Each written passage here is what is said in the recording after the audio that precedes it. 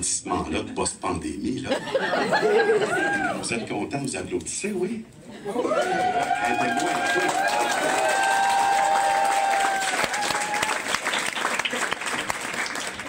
Il y a des règles ce soir. C'est les nouvelles règles maintenant en vigueur. Quand vous trouvez quelque chose de drôle, vous avez le droit de rire. Oui, c'est une nouvelle règle, c'est comme ça. Vous n'avez pas besoin de dire LOL, tu sais. Vous pouvez vraiment rire pour vrai avec votre bouche. Vous pouvez juste laisser aller les affaires. Riez, c'est le fun. Vous allez voir, c'est le fun. En gang, là, c'est vraiment le fun. Moi, il m'avait dit qu'il allait avoir à peu près 50 personnes. Ouais. Ça a l'air qu'il y avait une file à la porte du Café Campus. Ça faisait longtemps qu'ils avaient vu ça, ils disent. C'est pas de faute, c'est pas de faute. On commence tout ça?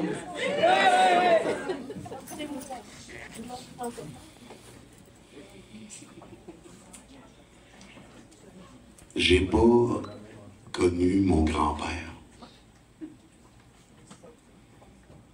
Paul Paquin. Paul, c'était un gars de village. Il restait à Port-Neuf, puis il était pauvre. Il s'est marié avec sa femme Juliette Germain de Port-Neuf. Ils sont partis travailler, comme bien du monde, en ville. Ils sont allés à Québec. Paul, c'était vraiment quelqu'un de spécial. Un monsieur qui travaillait. Il travaillait dans l'électrique. Il travaillait pour l'armée. Fait qu'il était habitué de recevoir des ordres. Mais lui, c'était un homme digne. C'est un homme debout, droit dans ses bottes. Puis, Paul, les soirs puis les fins de semaine, il allait aider tout le monde qui demandait. Il allait aider. Il montait puis démontait des boîtes électriques, tu sais. Des gens qui en avaient besoin puis qui n'avaient peut-être pas l'argent ou les connaissances pour s'occuper de ça. J'ai pas connu Paul Paquin parce qu'il est mort quelques jours avant ma naissance. J'étais dans le ventre de ma maman. Ma mère, elle adorait son père. C'était le temps des fêtes. Puis, ben, il est parti. Puis je suis né. C'est pour ça que j'ai, présentement, sur mon baptistère, son nom. Je m'appelle Joseph Paul Louis Maxime Lockwell. Louis Maxime, c'est bizarre, hein? En fait, c'était une réunion entre ma mère et mon père. Ma mère voulait m'appeler Louis. Elle trouvait ça beau. Mon père voulait m'appeler Maxime. Ma mère a dit, ben voyons donc, Maxime, ça fait aristocrate, là. Puis, tu sais, en 73, des Maximes n'avaient pas ben. C'est un nom bizarre, là. Qu'en France, il y a ça, des Maximes. Ma mère, je me suis vraiment sentir les vagues arriver. J'aime pas ça, Maxime. On fait pas ça. Non, pas ça. Puis là, mon père, lui, qui regarde ma mère, tu sais, puis il dit, puis là, Louise. Elle s'appelle Louise, ma mère. Louise, t'appelleras pas ton fils Louis. Louise, qui a un enfant, puis son premier garçon en plus, ben, elle l'appelle Louis. Puis en plus, mon père a une cousine, Louise Pichette, qui a appelé son enfant Louis. Tu là, ça marchera pas, là. Deux Louise qui appellent Louis, tu sais, il y a d'autres noms quand même. Fait qu'ils ont fait une réunion ensemble. Ils ont passé au vote. Un vote Louis, un vote Maxime.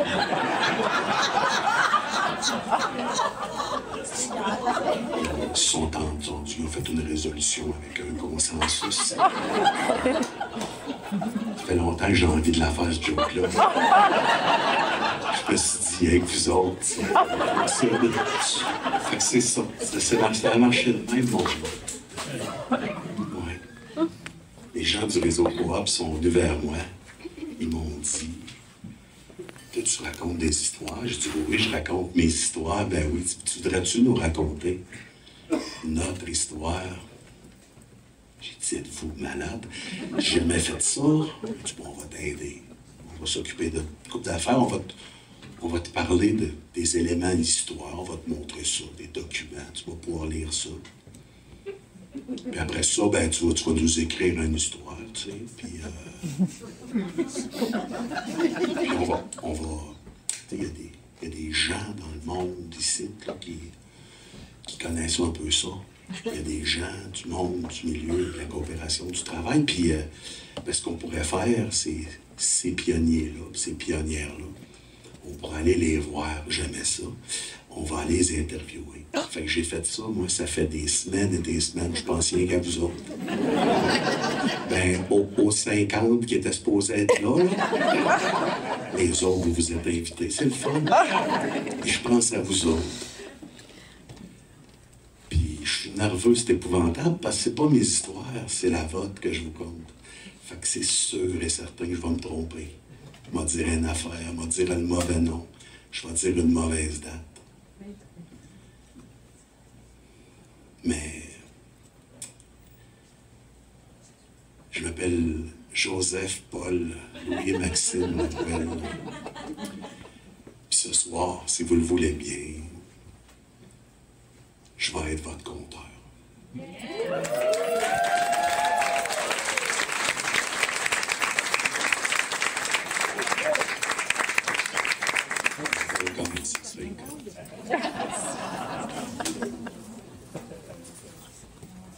En quelle année a été fondée la première coopérative de travailleurs au Québec? Silence complet. J'ai fait ça, j'ai créé ça pour un silence absolu. La mémoire, 49. 1949. Y a-t-il une meilleure date? Y a-t-il une meilleure date? C'est pas ça. Y a-t-il une meilleure date? 1972. Ferait du sens, hein? C'est pas ça, mais ça peut être long. Fait que je vais vous arrêter ça. Je vais vous donner un indice. On joue, là, on a du fun. C'est pas une pièce de théâtre, on jase, là. Ça s'est passé sur Jean Talon. Sur Jean Talon. Coopérative sur Jean Talon. Sur la rue? Sur Jean Talon, savez-vous? Ben, il y a des gens, là, les gens de Québec, ils disent, bon, ça fait de Montréal. Sur Jean Talon. Mais je vais vous apprendre quelque chose. Jean de Montréal, nous, les gens de Québec, on le sait. Il y a une rue Jean Talon à Québec.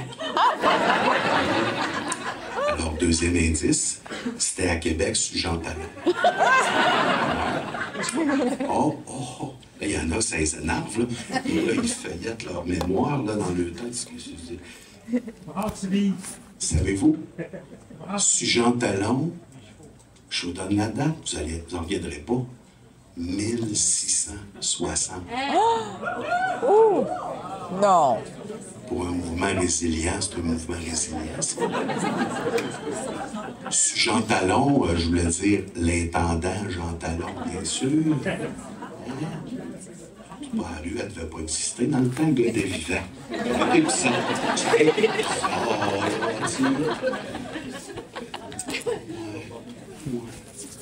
Savez-vous, c'était quoi? C'était dans, vraiment, là, c'était dans les grottes, là, c'était dans le palais de l'intendant, carrément, là. C'était une coopérative brassicole, exactement, faisait de la bière.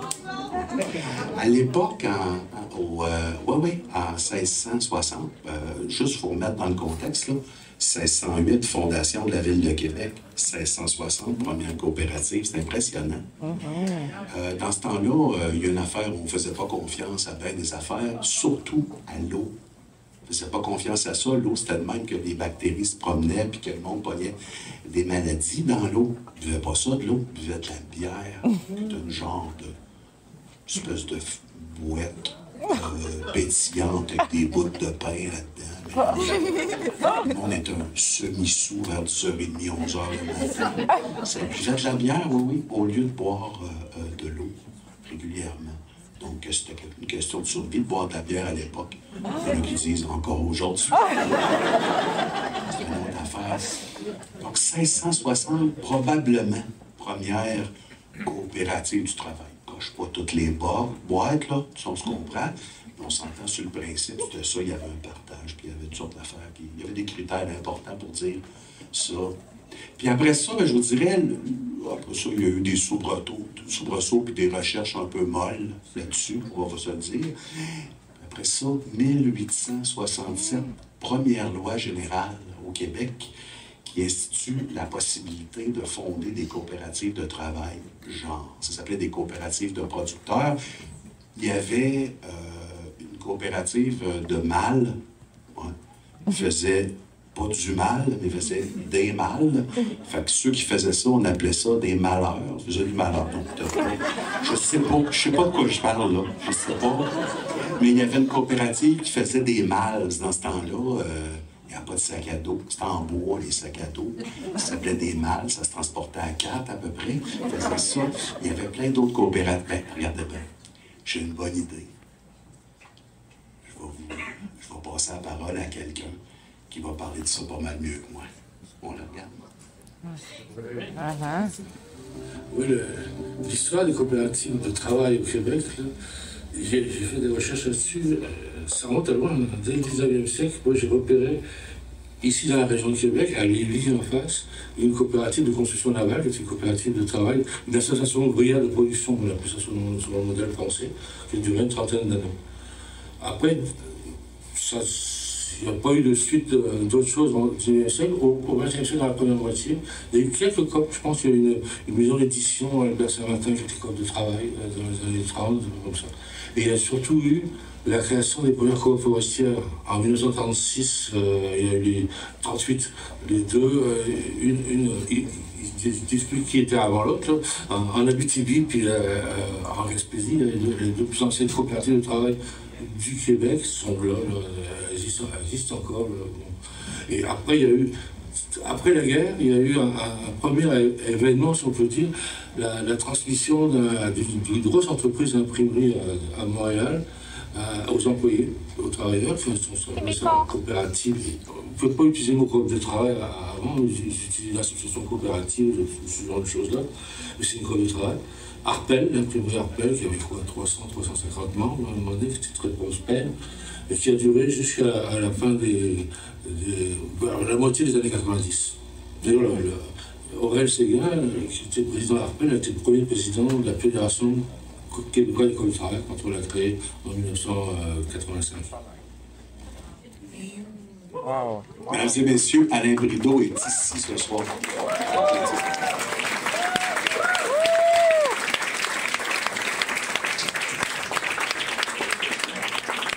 C'est votre meilleure façon d'applaudir quelqu'un qui dit ça. Alain Brideau.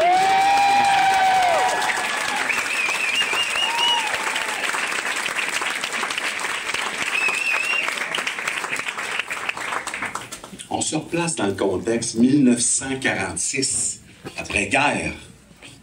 Savez-vous combien il y a de coopératives? L'ordre ouverte, prête, qui fonctionne à fond, 21 à peu près. 21 coopératives. Oh oui, des forestières, beaucoup, de la charpenterie, des choses comme ça. Puis il y a évidemment Arpel.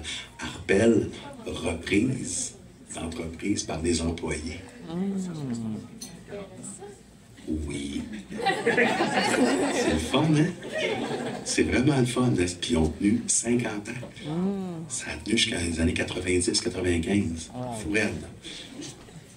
Là, j'ai le goût de vous mettre un petit contexte.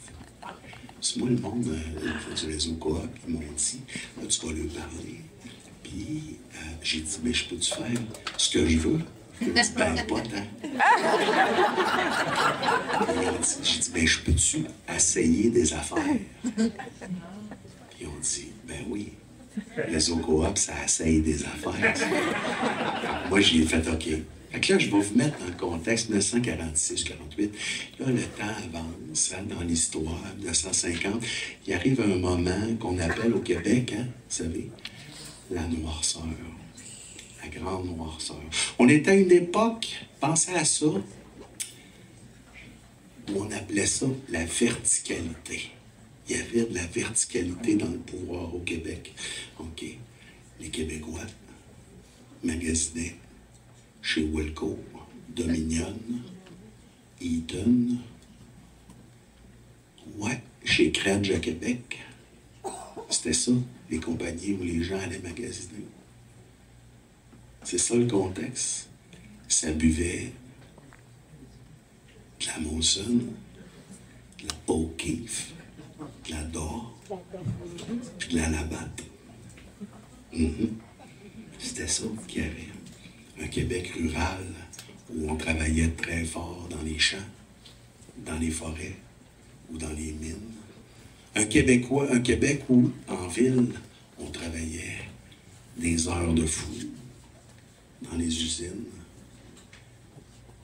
C'était tout qu'un contexte à l'époque. Puis il y avait, comme je dis, cette verticalité. Je vous l'explique, la verticalité. C'est un concept un peu flou. En haut, complètement, il y a Dieu. Juste pour ceux qui sont un peu mêlés, Dieu est partout. C'est vrai, mais il est surtout très en haut. Partout.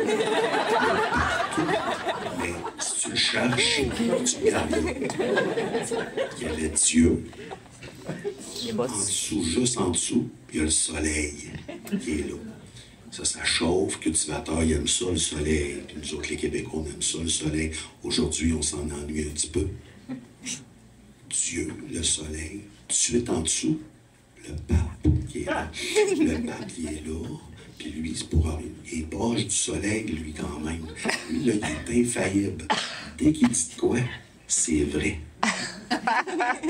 C'est la verticalité, ça, mon ami. Puis lui, il est proche du soleil, fait qu'ils ont mis un petit chapeau spécial. C'est pour ça, il n'y a pas d'autre raison. Le chapeau, on tombe sur la femme, les petites étoiles. Et là, tout de suite en dessous, il y a la patrie. Ça, en gros, c'est l'armée. Ça, en gros, la patrie. Le drapeau, tu prends la patrie tout en dessous. Puis après ça, en dessous, parce que le pape, il n'a pas le temps de s'occuper de toi tout le temps. Fait qu'il a comme installé des soupapes. Tout en dessous de lui, juste en dessous. La patrie, c'est des soupapes, là, c'est de l'archevêché, de l'affaire, les évêques, ça, jusqu'au petit curé. Le curé qui est là, lui, il s'occupe de tout ce qui est social. Quand ça va pas bien, tu vas le voir, ça s'appelle un confessionnal. Il me semble que je ne filme pas ces temps-ci. Je me lève puis je trouve tout triste. On dirait que je pleure pour rien. Facile. Prie. Et fais des enfants. Et occupe-toi, tu n'auras plus de problème psychologique. Ça marche bien, cette affaire-là. Fait qu'on faisait des petits. Tu avais le curé. Puis après ça, en dessous, tu avais le patron. Qui était là. Si tu étais anticlérical, tu considérais que le patron était en haut de ton curé. C'était à peu près le seul switch qu'on pouvait faire dans le temps. Ton patron, il était là. Puis là, c'est ça, si tu étais un ouvrier, ben là, tu regardais ton patron. Puis si tu étais une femme, tu pouvais regarder ton mari qui était en haut de toi aussi. Je fais pas de joke là-dessus. C'est la première fois que je parle. J'ai dit ça. Ouais, c'était la verticalité. L'affaire, là, tu retiens pas ça. Prends pas ça en note en passant. Ce soir, d'ailleurs, c'est pas crédité du calme, là, il y aura pas de crédit. C'est juste qu'on a du fun, OK? On jase. J'étais là à la conférence. Non. On a du fun, on jase. Verticalité. J'étais où, moi, là-dedans? C'était où que c'était? C'est facile à retenir où t'étais. T'étais en dessous. T'étais à genoux. Puis tu regardais à terre. Parce qu'il faisait noir. C'est là que t'étais, à l'époque. Puis à un moment donné, il y a une gang de poètes, des malades, des étudiants, du monde qui réfléchissait, des philosophes. Tous ils sont rassemblés, ils ont dit... savez-vous ce qu'ils ont dit? Ils ont dit... non.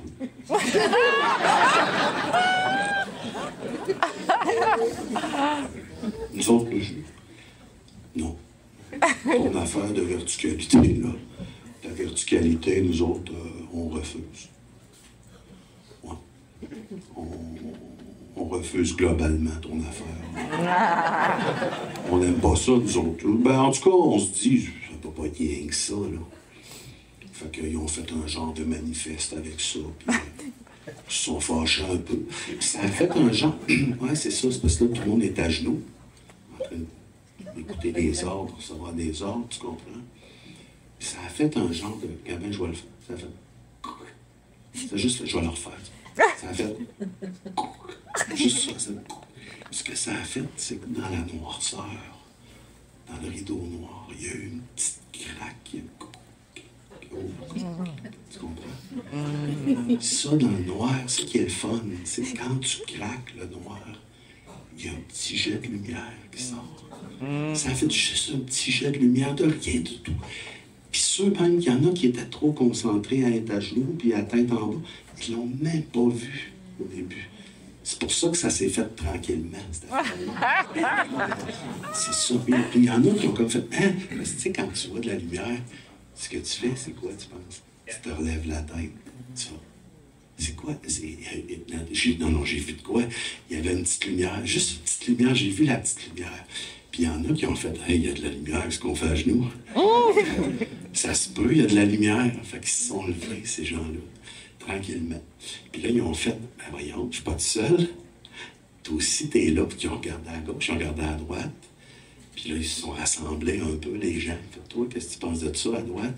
Puis toi, à gauche, bon, on va se le dire. Ils ont regardé à droite, puis ils ont surtout regardé à gauche. C'est ça de même. Ils ont regardé à gauche, puis ils ont regardé à gauche, puis ils ont regardé à gauche beaucoup, ces gens-là. C'est ça. Puis là, ils se sont parlé entre eux autres. Tu comprends? C'est spécial. On pourrait, je sais pas, on pourrait... Savez-vous ce qu'ils ont dit? On pourrait essayer des affaires. On essaye-tu? On essaye-tu des affaires?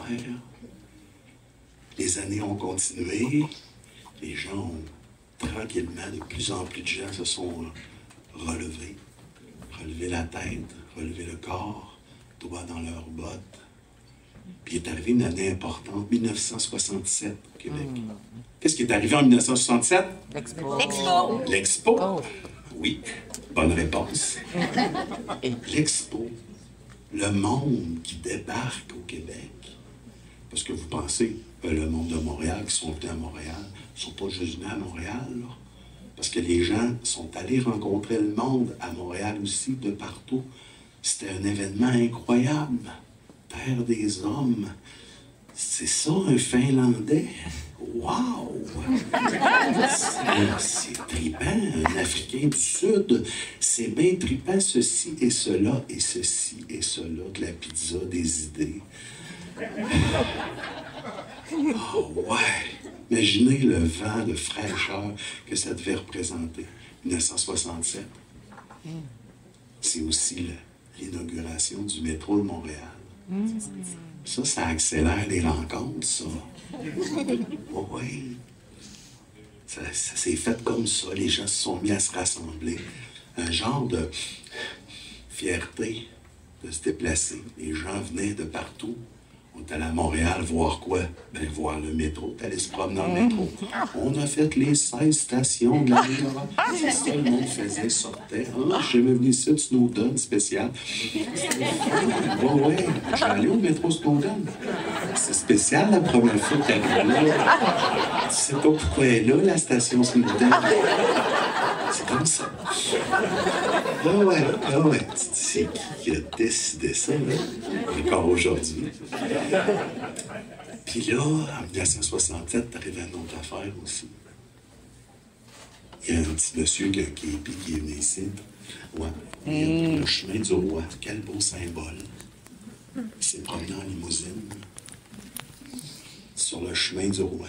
On pense toujours à faire du balcon, tu sais, de l'hôtel de ville à Montréal, ce qui est monté, puis qui a dit 2 roteux, une frite, balcon, mouton de chou. Montréal, André, c'est mouton de chou. Bizarre, ça, d'ailleurs. On n'en parlera plus, tu restes la soirée.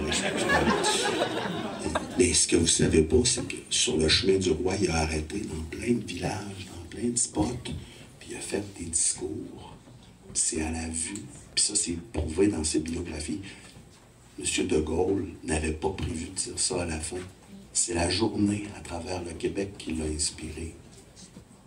Il a connecté avec nous autres, pas à peu près. Mais nous, on a connecté avec lui aussi. Il nous a impressionnés, de Gaulle.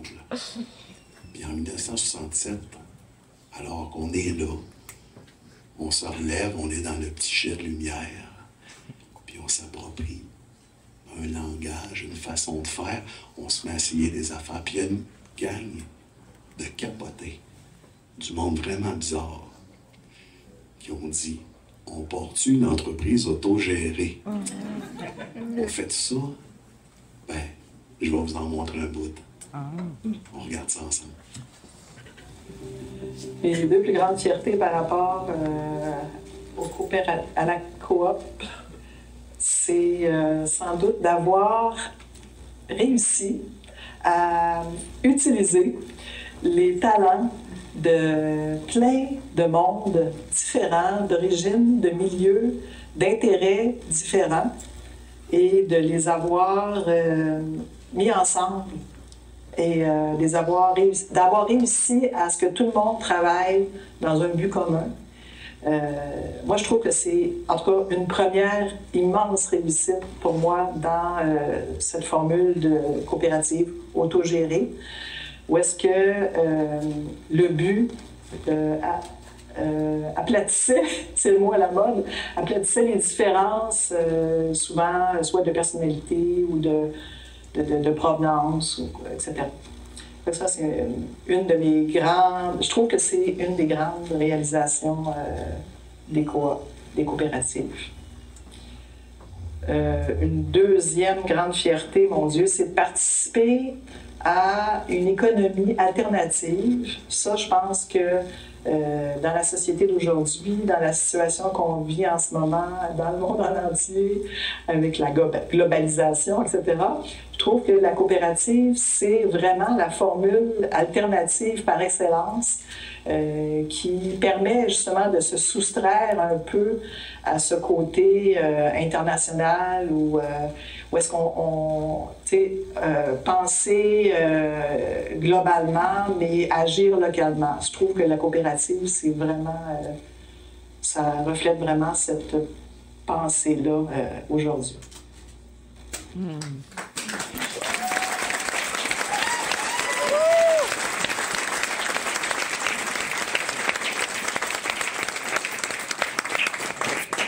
Dominique Robert puis la gang du Café Campus, partout d'entreprises autogérées, qui, bien sûr, après, est devenu OBNL, puis coopérative de travail. Mais il essayait des affaires. Là, on tourne le coin 67, 70, 71. Qu'est-ce qui arrive en 71? La Caisse d'économie solidaire fonde leur première... La Caisse d'économie solidaire voit le jour.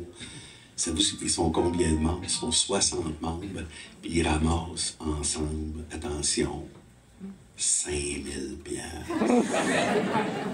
Ça part de là. Mais on va essayer des affaires ensemble, ça va être super. Puis là, ils commencent à réfléchir, qu'est-ce qu'on pourrait faire avec ça? 71, 72. Il arrive toutes sortes d'affaires au Québec, ça brasse. Puis il y en a une gang. Je vais vous le dire, je pense que c'est mes préférés. Les comédiens, comédiennes. Du monde de Québec qui étudient des cours, là, tu sais, dans la jeune vingtaine. Imaginez-les, là. Ils étudient du théâtre, puis ils se disent le théâtre va changer le monde, puis on veut être libre, puis on veut faire ce qu'on veut. On veut pas aller faire des productions partout. Puis les étudiants de Montréal puis de Québec, ils se rassemblent ensemble, ils se voient, puis ils font... On devrait partir notre patente, notre troupe, notre je sais pas quoi. Qu'est-ce qu'on fait? Puis ils réfléchissent à ça. Puis ils disent OK. Puis là, il y en a une qui regarde l'autre puis qui dit ben on va s'installer à Montréal ou à Québec, faire du théâtre. C'est pas mal là que ça se passe. On va-tu parler le bon parler canadien à Montréal ou à Québec? T'sais, on va-tu faire des vieilles pièces de théâtre de Fédo? Pas tant. Qu'est-ce qu'on fait? Qu'est-ce qu'on fait? Qu'est-ce qu'on fait? Qu'est-ce qu'on fait? Imaginez ça, la gang de tripeux. Ils n'ont pas une scène, là. Ça mange des sandwichs au vent, là. OK? Ça, c'est 8 dans des 3,5, là.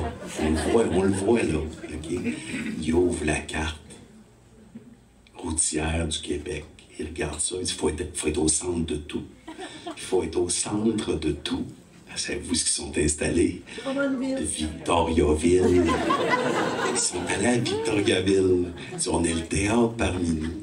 Pour nous autres, on est coopérative, autogérée, patente de travailleurs. On va changer le monde. On va triper ensemble. Ça va être cool. Ben d'ailleurs, on est allé les voir à Victoriaville. Ça peut te tenter de les écouter? Regarde ça. Le Théâtre parmi nous, c'est 12 personnes qui travaillent à temps plein au centre de création situé à Victoriaville, 35 à 40 pigistes artistes qui vont travailler durant l'année sur une vingtaine de productions différentes, qui vont être jouées devant des publics diversifiés à travers tout le Québec pour rejoindre environ 65 000 à 70 000 spectateurs et spectatrices. Moi, ce qui me rend fière, c'est que quand on a commencé, on avait tous le même âge. On avait autour de 24-25 ans, on rêvait de changer le monde. On est déménagé en région, on s'est installé, on a vécu pauvrement. Et à travers tout ça, on dure encore. La pérennité me rend fière. Et aussi, en 1989, on a réussi à avoir un centre de création théâtrale au cœur du Québec, à Victoriaville. Et ça, c'est une bataille pour l'avoir. Mais ça me rend très fière parce qu'on existe matériellement, on est visible et c'est un centre de création extraordinaire. Il y a peu d'artistes qui ont accès à un centre de création où on peut faire tous les métiers. Alors moi, ça, je suis vraiment contente de ça. Et l'autre chose, c'est la fierté de couvrir l'ensemble du territoire québécois. Que ce soit Blanc-Sablon, Gatineau, Fermont, la Gaspésie, Terre-Neuve. Je veux dire, même là, on est sorti du Québec, mais notre travail majeur se passe au Québec malgré les tournées à l'étranger. Ça me rend très fière. Et ma dernière fierté, c'est de vraiment savoir qu'on va avoir 50 ans et qu'actuellement, il y a une relève solide parmi nous. C'est une très belle équipe qui est là actuellement. Je suis le dinosaure. Le dinosaure. Je suis la personne la plus âgée du groupe. C'est très intergénérationnel actuellement, contrairement à ce qu'il y avait au début. La plus jeune a peut-être 30 ans, puis la plus vieille, c'est moi. Alors, c'est déjà pas pire. Wow!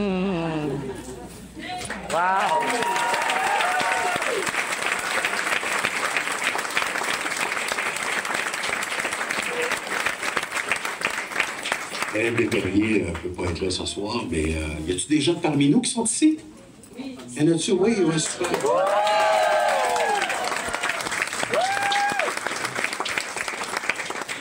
C'est beau, hein? Ah ouais. Là, le monde essaye des affaires là, dans mon histoire. T'entends ça? C'est fou. On essaye des affaires, on trouve des façons de faire. Il n'y a aucun cadre, aucune structure. Pensez à ça.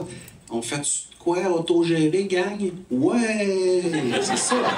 Ça, c'est le premier meeting, là. Ouais, c'est ça. Début 70, on vient là. Saint-Jérôme.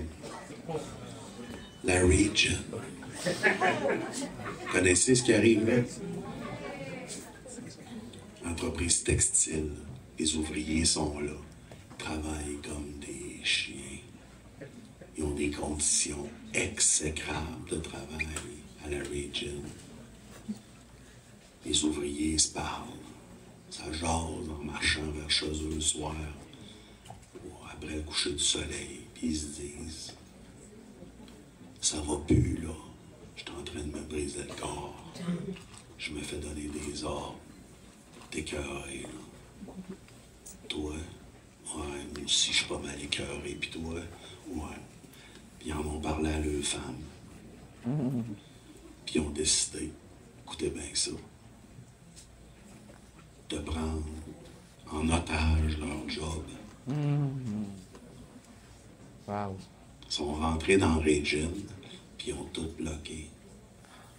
Ils ont dit, ça va faire. Ils ont bloqué ça pendant des semaines. Je sais pas si vous le ressentez ce soir-là, quand ils se couchent, là, comment ils se sentent. Puis dans ce temps-là, ça se réglait avec l'RCMP, ces affaires-là. Là. C'était pas beau, là. Il n'y avait pas de protection. Ils l'ont fait parce qu'ils avaient envie de vivre dignement. Qu'ils étaient écœurés d'être à genoux. C'est-tu beau, ça, un peu? C'est votre gang, ça. Puis après des négociations, ils ne voulaient même pas prendre le contrôle. Ils voulaient juste co-gérer avec les patrons. C'est juste ça qu'ils voulaient. Ils ne voulaient pas gérer la patente. Les négociations sont allées nulle part. Puis les patrons, les contremaîtres, écoutez bien ça, ils ont sacré le camp. Ouais.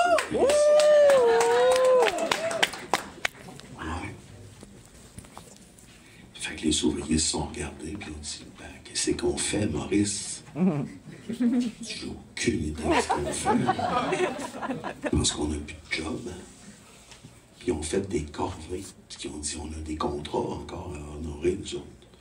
Puis on continue à travailler à tour de rôle, sur des corps de travail, de leur côté, là, à leurs frais. Puis ils se sont mis à se dire, il faut qu'on fasse quelque chose.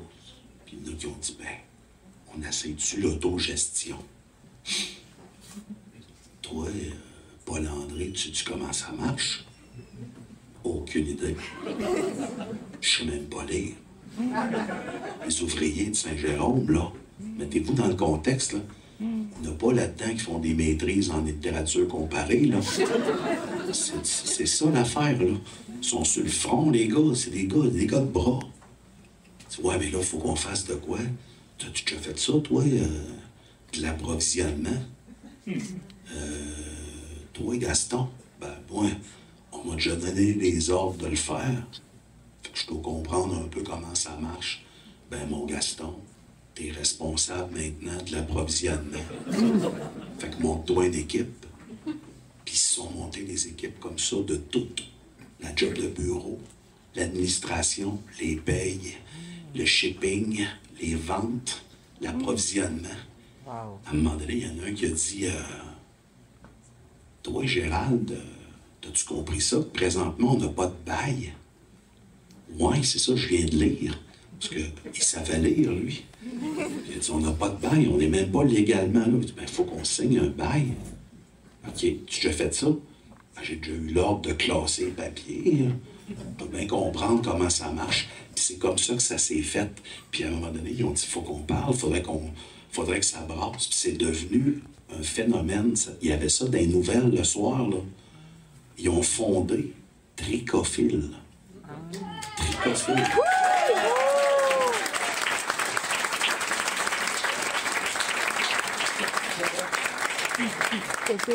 Contre leur propre gré, là, ils savent pas. L'université a étudié tu trouves un job ailleurs, t'as pas de job. Ouais, c'est vrai, mais on y croit, on l'essaie dessus. Fait qu'ils ont appelé un gars pour les aider. Un gars qui était là, un peu connu. Un gars, je sais pas si vous connaissez, qui s'appelle René Lévesque. René Lévesque est venu les rencontrer. Il a dit, ben, on va vous aider. Je vais vous envoyer un de mes chums. Il est pas pire là-dedans, parce que les gars, ça va vous prendre un plan d'affaires. Un plan quoi? Ouais, un plan d'affaires. Je vais vous envoyer un de mes gars, qui s'appelle Jacques Parizeau. Je vais leur dire celle-là. Le plan d'affaires de Tricophile, le conseiller en coopération du travail qu'ils ont reçu, c'est Jacques Parizeau. Ça devait être le fun, hein? Puis Lise Payette. On dit que Lise Payette, c'est au contact de Tricophile que son envie de se lancer en politique a grandi. D'ailleurs, elle est devenue la ministre de la Condition féminine et des coopératives. Saviez-vous ça? Pas vous leur dire. Lise Payette a été ministre des coopératives. C'est impressionnant. Oh, ouais, c'est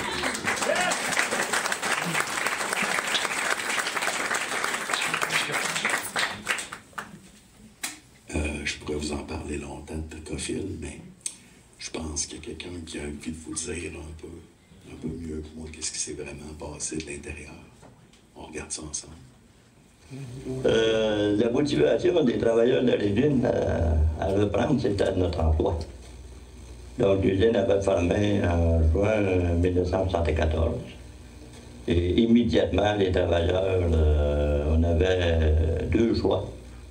D'abord, on avait une moyenne d'âge de 47 ans, donc c'était du monde âgé pour la plupart, comme tel, que si on n'avait pas travaillé pour reprendre notre emploi, il y en a beaucoup qui n'avaient pas été capables de se placer d'une façon ou d'une autre. Donc, ça a été le chômage, puis l'aide sociale, puis ou bien dans les petites jobines qu'ils n'ont pas fait. Donc, c'était vraiment dans le reprise d'emploi, mais aussi dans un cadre de travail où on avait à s'impliquer au niveau de l'organisation démocratique du travail. Donc, on a passé à peu près tous les problèmes grosses qu'on pouvait passer comme tel, et aussi toute la question du capital de risque. Et on voit que le capital le problème de capital de risque, ça va donner notamment les connaissances suffisantes à notre centrale syndicale qui nous a toujours appuyés pour créer le fonds de solidarité de la FTQ. Et par après, 10 ans après, ça va être le fonds d'action que la CSN qui vont passer au niveau du fonds d'action. Donc, on peut même parler, je pense, que Tricophile, dans ce sens-là, aurait été entre guillemets, un laboratoire, si on veut, comme tel. La plus grande fierté, moi, j'ai, là, de façon que tu poses la question, c'est des hommes et des femmes qu'on a réussi à vivre une expérience de Tricophile pendant 80 ans. On a choisi, quand l'usine a fermé, de se tenir debout. On a choisi la dignité. Puis on l'a pas tapé du bras, ça n'a pas été facile. Mais, et ça l'a permis, comme ma conjointe a déjà dit dans un colloque, même si la mère, la maman est décédée, elle est morte, elle a eu le temps de faire des filles. Et je pense que c'est une grande fierté. Paul-André Boucher est ici. Attention.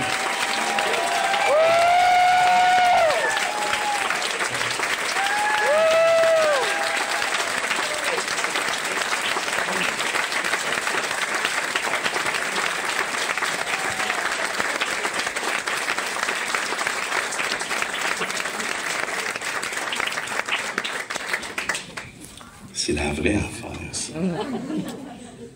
C'est quand je dis qu'on essaye des affaires, là. C'est ta vie, c'est ton sang, là. T'es au front, là. C'est pas un jeu vidéo, c'est la vraie affaire, ça.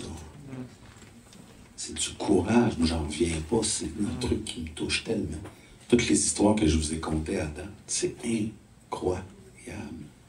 Vous trouvez pas? Oui, ah oui. C'est votre histoire, ça. Paul-André Boucher vient de dire quelque chose de tellement intéressant. Il dit, ça a formé, ça a pris 8 ans, c'est vrai. Mais ça a été un laboratoire. C'est ça toute la clé. Parce que quand tu fais des affaires, ça marche pas tout le temps. C'est pas si tu as déjà essayé de faire un gâteau, pas de recette. C'est bizarre. Des fois, c'est délicieux.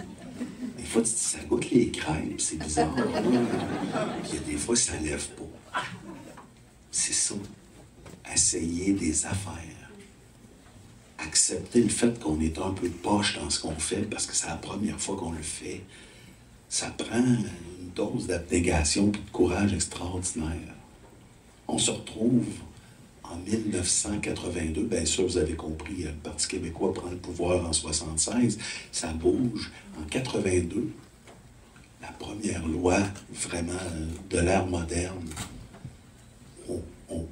qui permet en fait de créer des coopératives de travail. Qu'est-ce que vous pensez que ça fait comme effet en 82?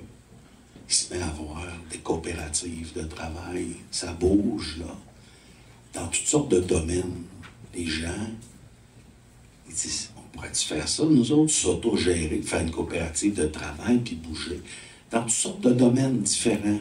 Évidemment, les forestières, les ambulancières, dans le monde des services, ça se met à bouger dans le monde culturel, parmi nous, évidemment, est un modèle dans les usines et les entreprises qui ferment. Les employés repartent le café, repartent le restaurant, repartent l'entreprise, la boutique, le commerce, etc. Ça se met à bouger, ça devient possible parce qu'il y a eu un laboratoire. C'est ça qui est intéressant. Puis ce que ça fait, ces gens-là qui font des expériences parfois positives, parfois désastreuses, là. Ça va pas tout le temps bien, là. On s'entend, OK? Mais là, ces gens-là, là, ils ont envie d'en parler. Moi, je veux vous raconter à quel point ça a tellement bien été, notre affaire, là. Puis il y en a d'autres qui disent, moi, ça a tellement mal été, il faut que je vous le dise pour pas que vous viviez ça. Puis le monde s'est mis à se parler. Les gens se sont mis à se gratter la tête, puis à réfléchir, puis à se rencontrer, puis à se mobiliser. Comme ça. Pas une affaire, là. Nous allons faire une nouvelle table de concertation XYW, là. De même, le monde se rencontrait. C'était la mobilisation, là, old school, la vraie affaire, là. Ils se rencontrent, ils disent, on se parle dessus, puis on fait-tu des affaires, puis on s'organise dessus, puis on bouge dessus, puis on fait-tu de quoi avec ça? D'ailleurs, Il y a quelqu'un qui va vous en parler, connaît pas mal le sujet. On regarde ça ensemble. Oui, expliquer l'origine du réseau coop. Il faut bien se mettre en perspective, il y a plus de 30 ans, là, presque 40 ans, 40 ans maintenant, en 1980, Paul-André Boucher, qui était le syndicaliste leader de Tricophile, l'âme de Tricophile, a créé la première organisation qui représentait les coop de travail, les coopératives de travail au Québec.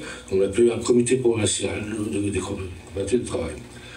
À partir de là, j'ai rencontré en 82 la première fois Paul Limon, son bureau était au HEC. Et puis, à partir de là, il a aidé à la création, quand il y a eu quelques 10, 15, 20 coop de travail autour d'Arpel, du théâtre parmi nous, qui avait été créé en 1973, en même temps d'ailleurs que la même année que Tricophile. Donc il a aidé à la création de la Fédération québécoise des coopératives de travail en 1985, qui a été fondée au Centre Saint-Pierre à Montréal.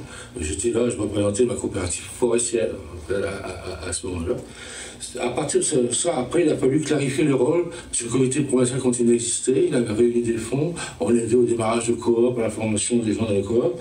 Donc là, on a changé. Moi, je me suis retrouvé après un passage en Ontario, mais je me suis retrouvé président du comité provincial des coopératives de travail. Et là, on a décidé, pour bien clarifier le rôle, qu'on ne représentait plus les coop de travail, on aidait au développement, donc on a transformé le nom en regroupement québécois des coopérateurs du travail. Puis après, on a appelé coopérateurs triste, on a changé à QCCT. Parce que ça permettait d'aller chercher des sources comme au BNL, on allait chercher beaucoup, on avait un niveau de charité, on allait chercher de l'argent que ne pouvait pas la fédération, donc on voulait vraiment avoir les deux. À un moment donné, je savais très bien que ça finirait par se joindre, parce que les temps étaient mieux il y a 15 ans, quand on a fusionné les deux, la Fédération québécoise des coop de travail et le FCT, qui était à l'origine, pour créer le réseau qui a maintenant 15 ans.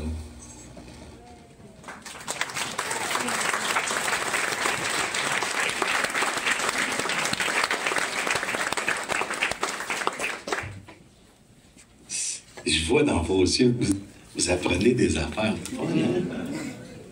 Oui, c'est vrai, c'est ça. La concertation mène à toutes sortes d'affaires qui amènent, il y a 15 ans, 2007, la fondation du réseau coop, qui s'est faite d'ailleurs, Isabelle le disait tout à l'heure, ça s'est fait même ici, ici au Café Campus. Et puis là, ils se sont regardés et ils ont dit, toi, t'as-tu déjà fait ça? Avec un réseau de concertation. Réseau de coop, tu as déjà fait ça, toi? Non. Jamais fait de toi? Ah, non, pas tant. Non, je sors de l'école. J'ai déjà pensé à ça souvent. OK, comment on s'organise, gagne? Puis là, il y a eu la première vague qui était comme juste de réfléchir à quoi sert-on, en fait? À quoi ça sert de se concerter? Qu'est-ce qu'on fait? Puis pensez à ça. Si vous aviez été vous-même assis à ce comité, il y en a qui disent « Ouais, j'étais là. » Moi, je le sais. Mais il y en a plein d'autres. Là, regarde autour, il y a plein de gens qui n'étaient pas là ce jour-là.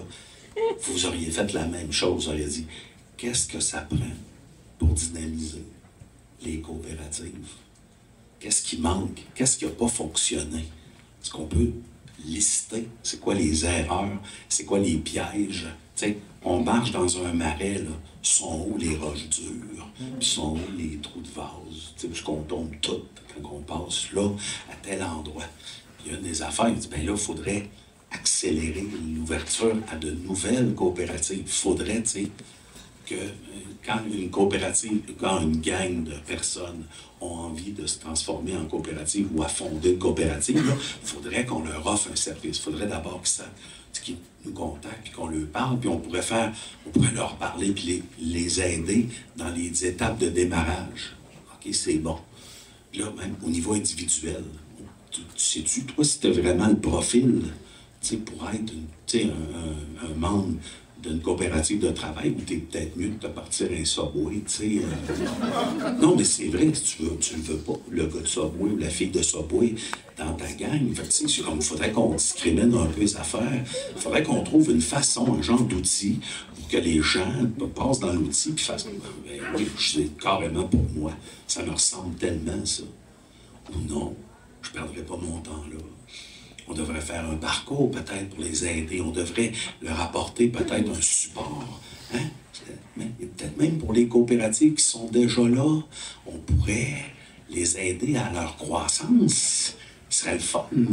Parce que c'est le fun d'avoir de l'ambition, non? Ouais, c'est ça, les coopératives, vous avez le droit de faire de l'argent, là. Ouais, on pourrait-tu grandir, puis croître, puis ouvrir des nouvelles succursales, des nouvelles idées? On peut-tu essayer encore des affaires? C'est ça qu'ils ont fait. C'est dans cet esprit-là qu'ils ont continué à avancer les affaires. Puis là, ils ont fondé, vous savez, ils ont mis en place la boussole entrepreneuriale, vous connaissez ça? Puis ils ont fondé le parcours coop. Puis là, dernièrement, ils ont d'autres. Il y a plein d'idées. Ils partent toujours de la même question de départ, il y a 15 ans. Qu'est-ce qu'on peut faire pour améliorer, pour accélérer, pour permettre à les gens de se lancer dans le mouvement de la coopération du travail? Comment on peut faire pour accélérer ça? Quand ils ont ouvert en 2007, savez-vous combien il y avait de coopératives membres? 14. Ouais. Ils viennent de franchir les centaines.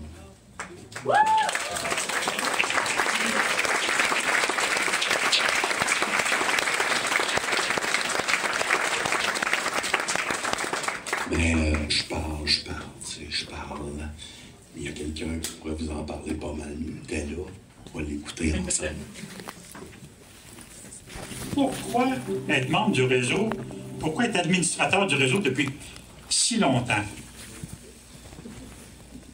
Une des raisons, c'est pour durer, c'est nécessaire d'échanger avec nos pairs. C'est-à-dire les gens comme nous qui partagent cette passion de la coopération, mais qui vont aussi connaître des difficultés, soit dans l'idéologie, soit dans l'administration, soit dans les relations humaines, ou soit dans la gestion des ressources humaines. Bon. Et qu'est-ce que le réseau vient faire là-dedans?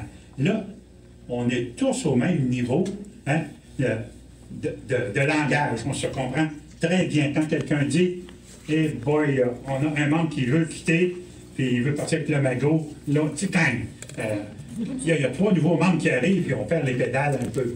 Et ils vont nous dire « Ah, vous autres les vieux. » Bon, hein, voyez-vous? Mais là, maintenant, il y a du vécu, mais on a des ressources, hein, qu'on peut offrir aux coopératives membres.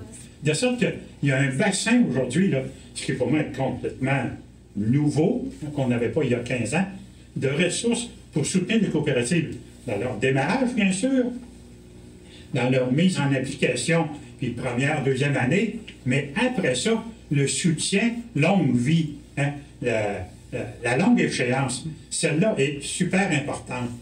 Parce qu'en cours de route, là, il y a de la fatigue démocratique, il y a des conflits, c'est inévitable, ce n'est pas une descente en canot sur une rivière paisible, c'est une descente en rafting, hein, pas mal souvent. Bon. Il y a des ressources, hein, dans toutes sortes de domaines. Des coops qui sont performantes, peuvent dire on aimerait prendre de l'expansion, mais il y a des ressources réseau pour le faire. Une coop, on a un petit site web fait par le beau-frère. Écoutez, il y a des ressources pour aider à le faire, les cartes d'affaires, la publicité, le marketing, mais un point qui revient souvent, la gestion des ressources humaines. Bon, les bons blancs, ici, Saint-Pierre.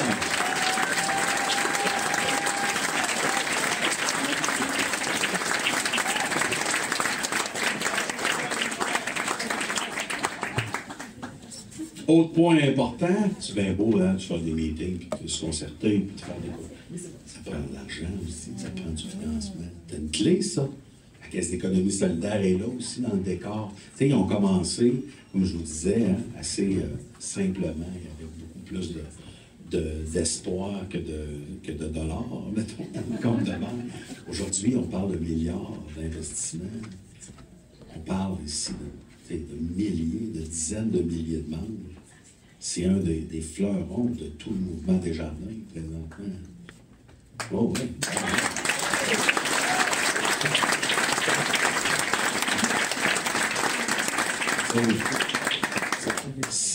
L'argent, c'est le nerf de bien des guerres, vous le savez bien.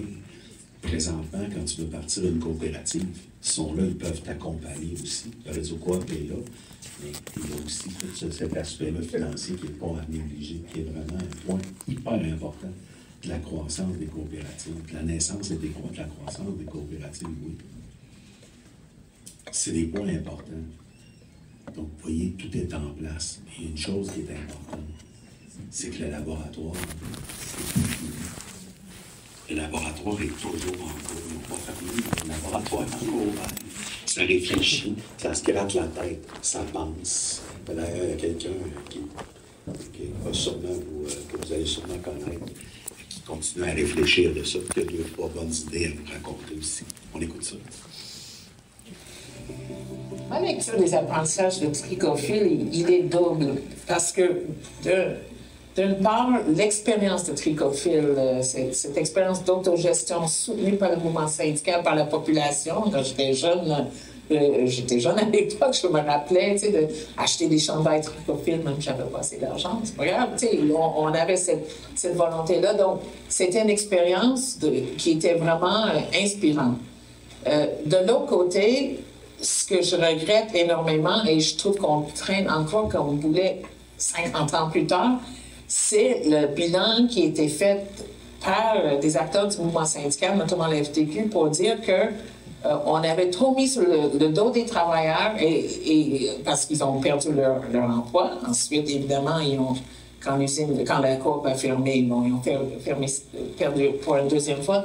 Donc, ce qui était soi-disant la leçon de ça, c'était qu'il fallait plus que les travailleurs portent ça seuls, il fallait mutualiser. Mais mutualiser au point où ce qui ne devrait jamais être majoritaire dans une entreprise. Donc, dans l'ADN de la création du Fonds de solidarité, qui était 1 an après la fermeture de Tricophile en 1982, toute la structure et les propositions de financement étaient basées sur le fait que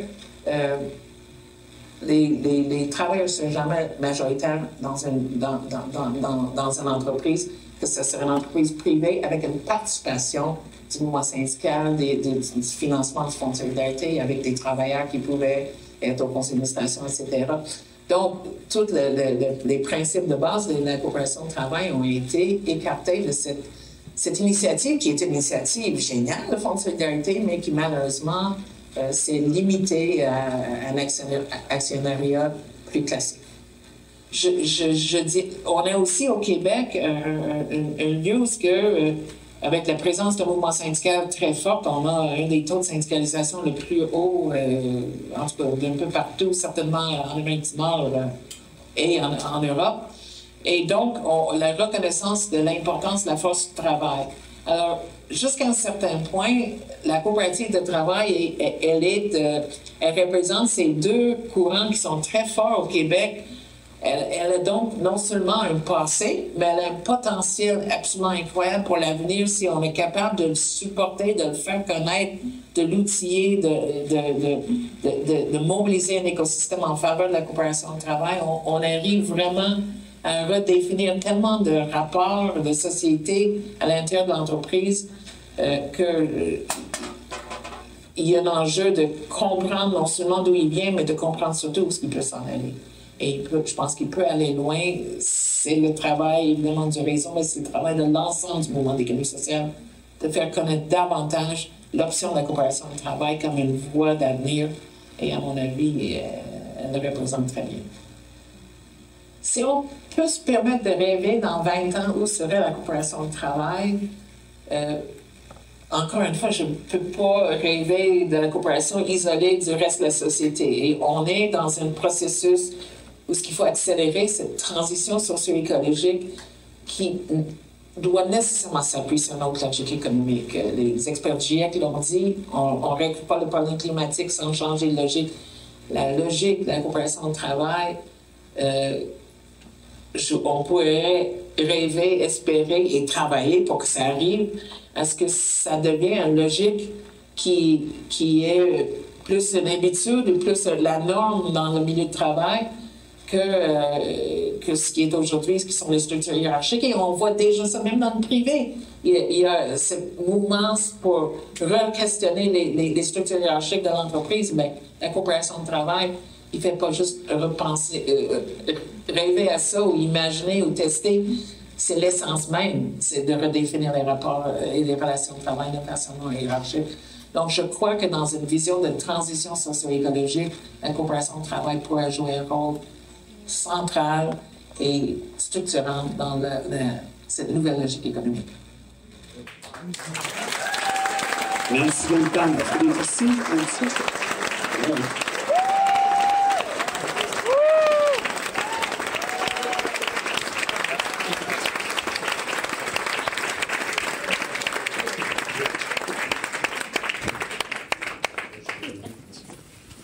Maudite bonne question. Hein? C'est Nancy pose. On est où dans 20 ans? On est où dans 20 ans, la coopération du travail? Où est-ce qu'on en est? C'est une bonne question. Alors, on en a dessus 5 fois plus, 10 fois plus, 20 fois plus des coopératives au Québec. On est où là-dedans? C'est quoi les éléments? Parce que là, le réseau coop est là, pour se poser des questions, pour répondre à des besoins, offrir des services. La coopération du travail s'en va où? Nancy, Nathan semble dire que ça pourrait être une solution à la transition écologique. Je dirais une solution qui est socialement très acceptable aussi. Hein? L'horizontalité versus la verticalité. Quelque chose de pas fou à gauche, là-dessus, non? On ne pouvait pas. Moi, j'ai une idée pourquoi présentement, ça ne va pas assez vite. Ça vous intéresse-tu d'en entendre parler? Pourquoi vous pensez, mon on écoute ça, comment ça... J'ai déjà raconté qu'on a passé 20 ans de notre vie sans afficher le mot coop sur nos camions. Hein? Puis, il a suffi d'une jeune coopérative d'électriciens ici qui s'appelle Courant Alternatif Coopérative de Travailleurs. Ils achètent un premier camion, ils viennent nous le montrer dans le cours ici. « Hey, Poilivon, viens voir, regarde ça, comment c'est bien lettré. » Là, c'est marqué Coopérative de travail. Là, on leur dit « Hey, les jeunes, y avez-vous pensé? » Bien, ils ont dit « Bien sûr qu'on y a pensé. Ça fait une semaine qu'on l'a, puis tout le monde nous appelle parce qu'ils voient le mot coop sur le camion. » Bien, ça ne nous a pas pris un mois que nos 5 camions étaient lettrés, hein, construction simple coopérative de travail.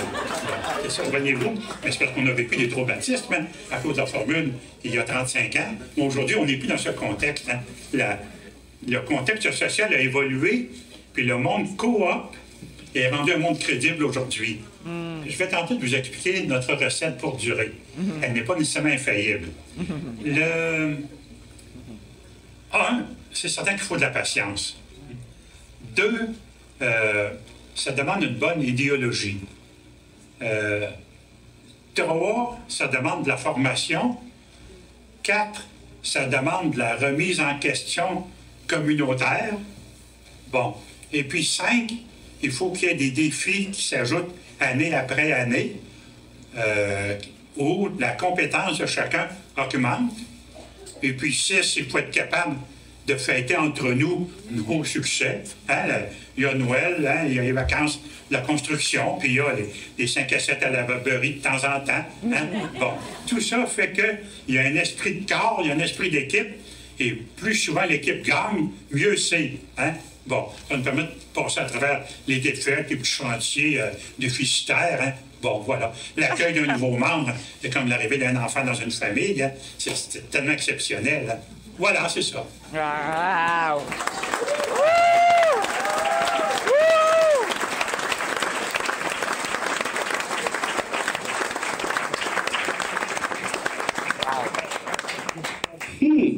Wow! Fait que la solution, plaquez vos camions. Mais c'est intéressant de la façon qu'il en parle. Ouais. Il parle des traumatismes. Ouais. Parce qu'on s'est mis à essayer des affaires. Puis, ben oui, on a eu des échecs, il y a eu des erreurs, il y a eu des tricophiles qui ont fermé, puis il y a eu des gens qui se sont chicanés là-dessus, puis qui n'étaient pas d'accord avec ceci, puis cela, puis des organisations qui sont encore présentement en chien de faïence, qui se parlent plus. Mais pourtant, ceux qui décident d'être une coop et fiers de l'être, étrangement, quelque chose qui se passe. Il y a quelque chose qui se passe. Ça pourrait-tu être, puis c'est mon observation, ça pourrait-tu être une des clés? D'être fier d'être une coopérative de travailleurs, d'en parler, de sortir peut-être un peu du trauma d'une coopérative, tu sais, des réunions. Il faut 18 réunions pour choisir la couleur des murs. Non, c'est bien plus que ça. C'est bien plus que ça. On s'en va vers la finale, la grande finale. Parce que moi, je me suis dit, tu sais, je suis pas petit. Fait que je vais faire ça grand. Je vais faire une finale. Ça vous le tente-tu d'essayer des affaires, là, avec moi, sur la scène? Ouais. Ouh! Ouais! C'est quoi ces applaudissements? Avez-vous le goût d'essayer quelque chose avec moi? On essaye quelque chose. Ça se peut que ça aille pas, mais j'ai vraiment le goût d'essayer. Mais avant d'essayer quelque chose avec vous, j'ai le goût de vous dire, et j'ai le goût de dire à quelqu'un que j'apprécie tellement, qui s'appelle Marie-France Robitaille. Marie-France Robitaille, avant, attendez, Marie-France Robitaille, là, elle est venue vers moi en premier, puis elle m'a dit, qu'est-ce que tu dirais de venir fêter avec nous, tu sais, tout ça. Puis là, j'ai dit non. Puis elle a dit, attends une minute. Puis elle a continué. Puis j'ai fait le parcours avec elle. J'ai organisé beaucoup avec elle, puis toute son équipe, bien sûr. Parce que c'est du bon monde. Le monde du réseau coop, j'en reviens pas. J'ai vu des gens dynamiques, sains. Je vais leur dire. Du monde dynamique, sain, serein. Qui ont envie de s'entraider, qui se posent des questions, qui s'offrent des réponses, tu sais. Du maudit beau monde. Des mandats de même, j'en veux plein. France, merci beaucoup.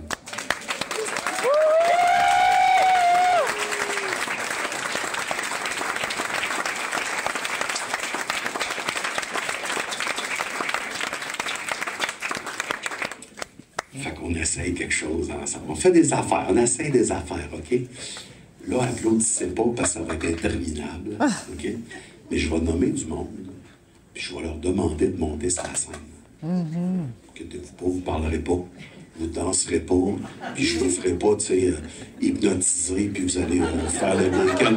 Ça arrivera pas. Je veux juste que vous veniez en avant, OK? On fait tout ça? Oui. Applaudissez pas, ça va... Je donne des noms, puis quand ton nom sort, t'es un grand gagnant. Alors, du RQCCT, Jean-Pascal Baudouin, applaudissez pas, on continue. Du RQCCT, Réseau Coop, Lise Beaulieu.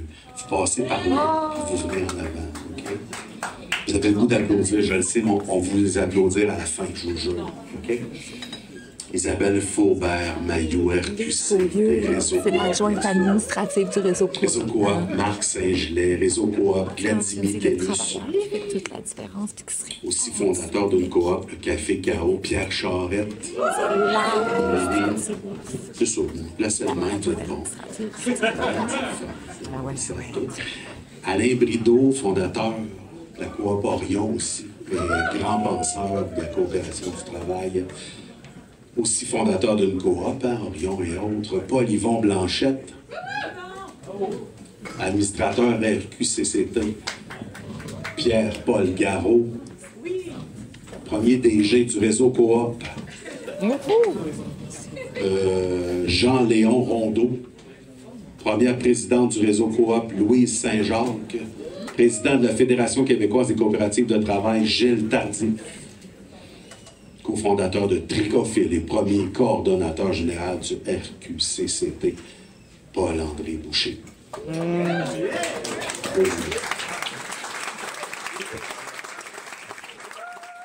Mesdames, Messieurs, bonsoir.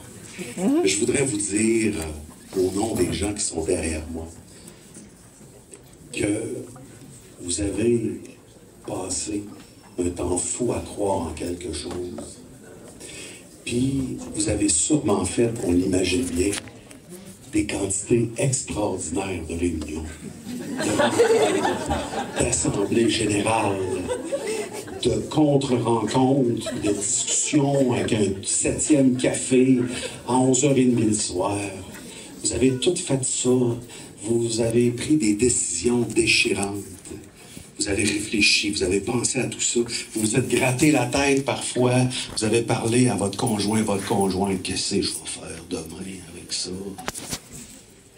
Puis vous avez continué. Vous avez persévéré. Puis ce que j'ai envie de vous dire maintenant, c'est que dans toutes les décisions que vous avez prises, dans tous les choix que vous avez faits, dans tous les pas que vous avez pris de l'avant, il y avait là-dedans. Il y avait une décision, puis vous l'avez même pas vu peut-être l'impact de ce que vous étiez en train de faire. Mais dans ces impacts-là, il y avait tous ceux qui sont présentement derrière moi. Ils existent maintenant parce que vous avez persévéré dans ça. Merci beaucoup.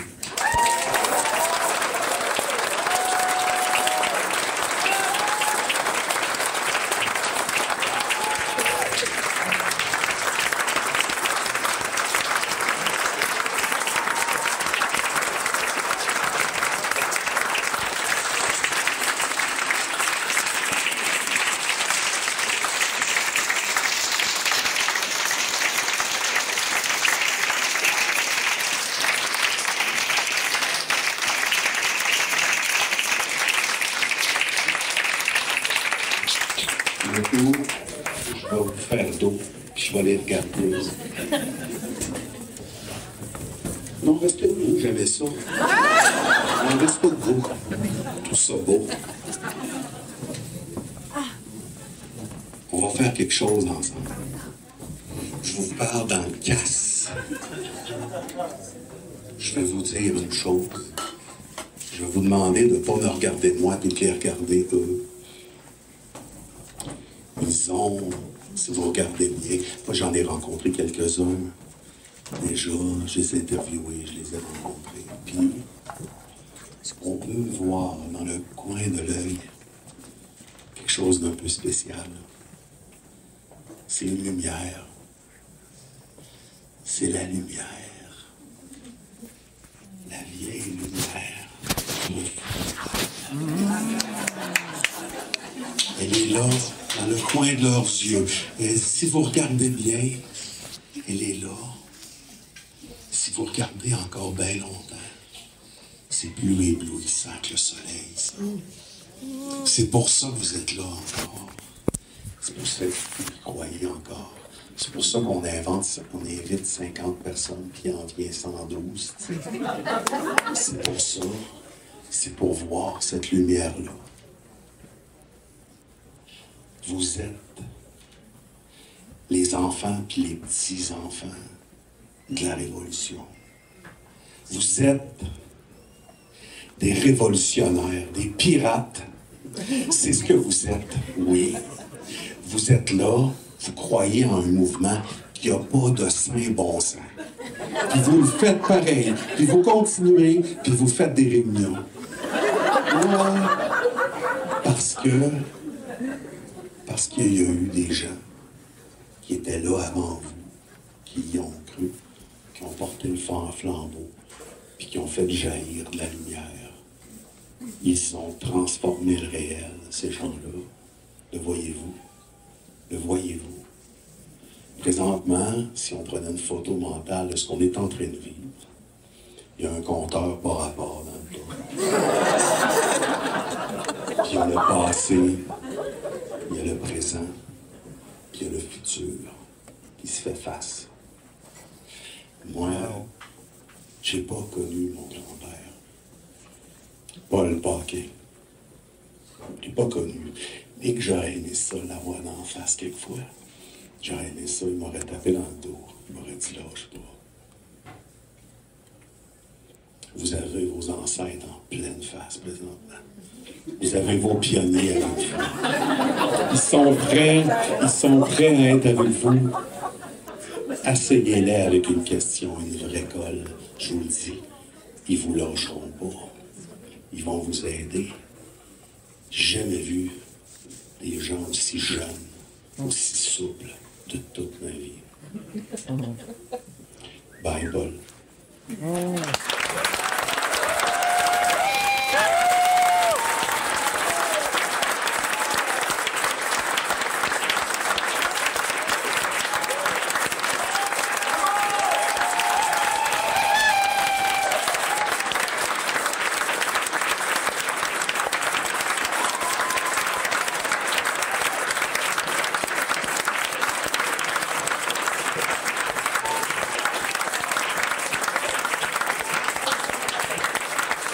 Merci à Louis-Maxime.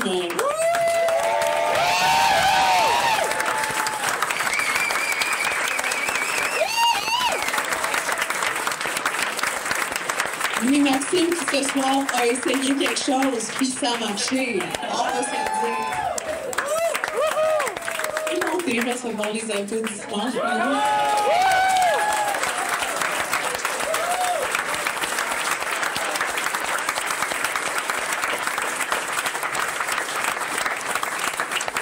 Merci à Louis-Maxime de nous avoir fait vivre ce long voyage. Je suis certaine qu'il y a plein de monde d'entre vous qui ne connaissiez pas toute cette histoire. Même peut-être vous, la majorité savait. Mais même moi, je me sens très émue, très touchée de connaître toute cette histoire, même si j'en savais une toute petite partie. Puis comme le disait Pierre Charette, il y a un instant, une coop à la fois. Alors, moi, je suis Mélodie Couture, je suis coprésidente du réseau Coop avec notre chère Paul-Yvon Blanchette. Et c'est un honneur. C'est la Mélopolie, comme on l'appelle. Donc, je voulais juste dire que je me sens très humble d'avoir ce poste-là depuis quelques années, voyant tout ce travail-là de toutes ces belles personnes et votre travail à vous aussi dans la salle, pour votre travail et vos réunions de chaque jour. Alors, vous pouvez vous applaudir, vous aussi. C'est mutuel.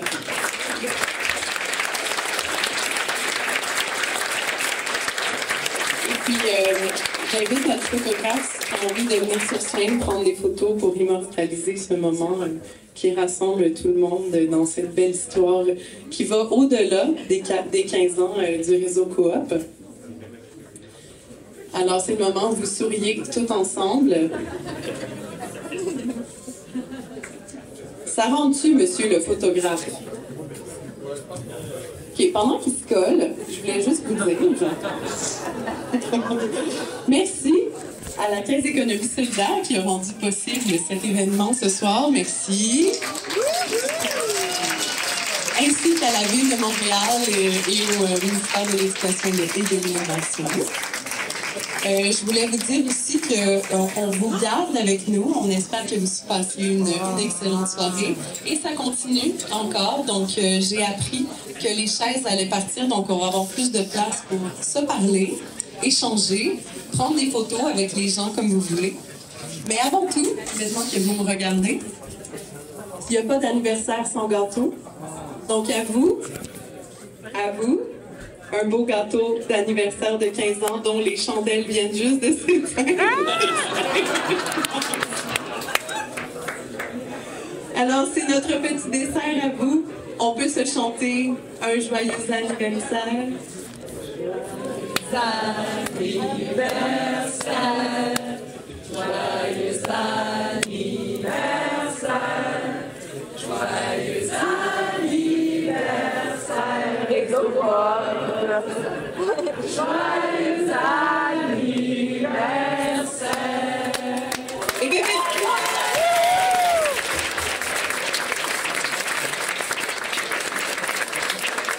bravo et merci à toute l'équipe du Réseau Coop et longue vie aux coopératives.